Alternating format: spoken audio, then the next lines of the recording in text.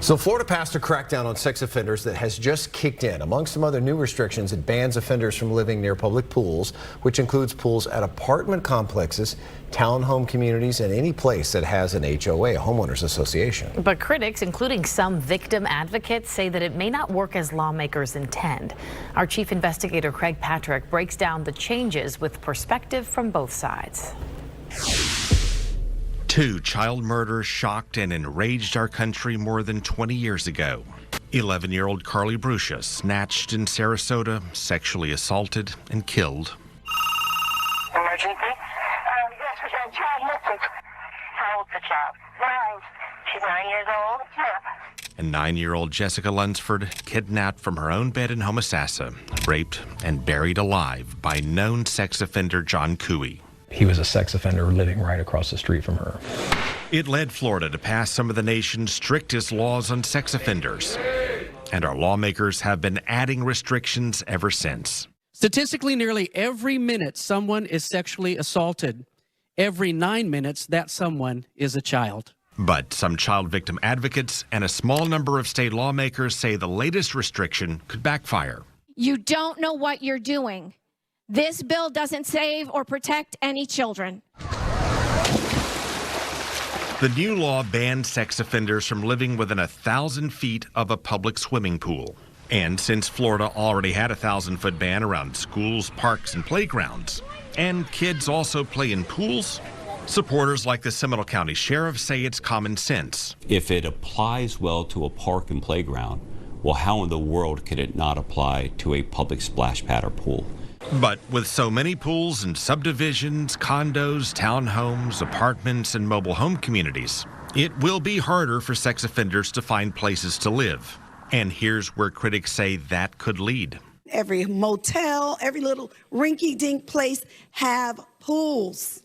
We're going to be forcing people into fields under bridges where we will not be able to know where they are. We can't keep up with them.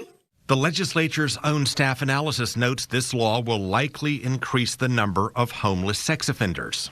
And it may increase the risk that some will abscond or hide because they are unable to secure compliant housing.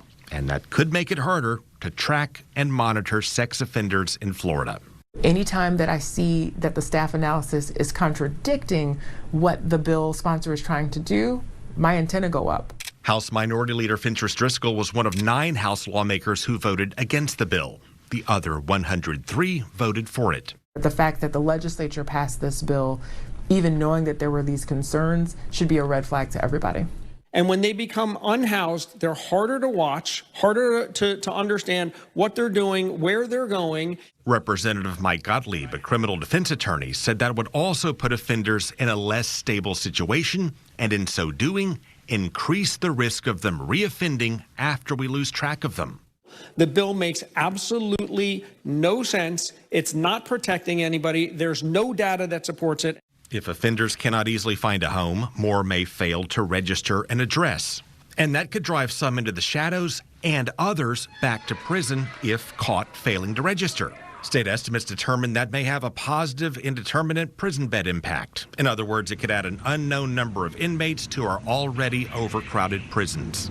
This is not a sound bill. It's one where the narrative is very strong, but when you actually look at the language of the bill, that's where we have some challenges.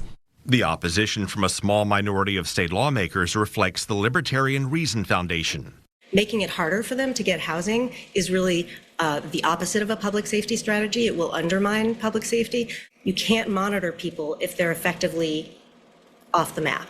And again, it reflects concerns from child victim advocates like Gretchen Casey. But if you don't even have housing, how do you even track people? She's also a sex crime survivor. Generally, people don't commit crimes of a sexual nature in public areas, okay? They do it where there is less likely to be perhaps a witness.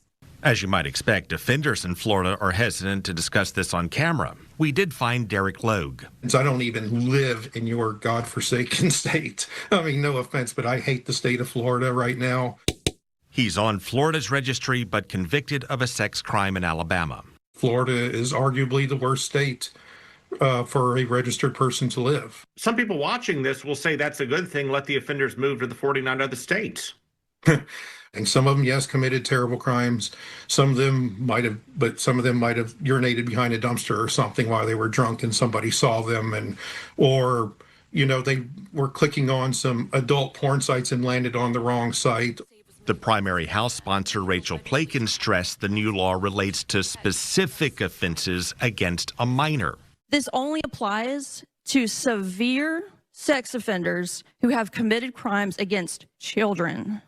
As written, this would include a repeat sexual predator who has a history of sex crime convictions, but also a one-time offender who was 18 when he or she had an illegal relationship with a 15-year-old classmate long ago. And Logue questions whether a 1,000-foot restriction would prevent crimes as intended. I could drive somewhere and commit a crime if I wanted to, just like anybody else, but I choose not to, not because of the registry. We requested interviews with a Senate sponsor, the 2 House sponsors, and the 3 committee chairs who advanced the legislation. Only the office of House co-sponsor Doug Bankson responded, and none followed up to schedule an interview. And that brings us back to Seminole County Sheriff Dennis Lima, because he's not just a supporter of the new pool restriction. He was the driving force in getting it passed. Because it just makes good sense. He tried to stop a sex offender from living near a pool and hit a snag. In 2025, the court ruled a swimming pool does not qualify as an outdoor area for recreation and play. And that's what compelled the sheriff to convince state lawmakers to change the law. That a public pool or a splash pad is indeed a piece of ground that children, largely children, can go and play at. Sheriff Lima pushed back on claims that more offenders will be homeless and therefore harder to monitor. Yeah, I don't agree with that argument. I think that, local policing, especially sheriff's offices across the state, we do a pretty good job with tracking people. And he said offenders will still be able to find homes. They have to live somewhere. But there are plenty of places that they can live that are not in violation of these exclusionary zones. On an interesting side note, let's go back to Lima's dispute with a sex offender who lived near the pool and the sheriff set back in court. There happened to be this playground within 1,000 feet of that same sex offender's home. That was just unknown to the sheriff at the time. A sheriff's deputy discovered that later. Had they spotted the playground first, this pool law may have never come to pass. But Sheriff Lima said it all worked out. Actually, I think the sexual offenders should be grateful for this clarity, because it will reduce any temptations by saying, if I'm not allowed to be there, I'm not going to go down that path. As for sex offenders who reoffend, the recidivism rates vary. The legislative analysis cites a range from 5% after 3 years to 24% after 15 years. Under the new law, offenders who were already living within 1,000 feet of a pool do not have to relocate. The restrictions apply when they move and for all offenders who are released. Craig Patrick, Fox 13 News.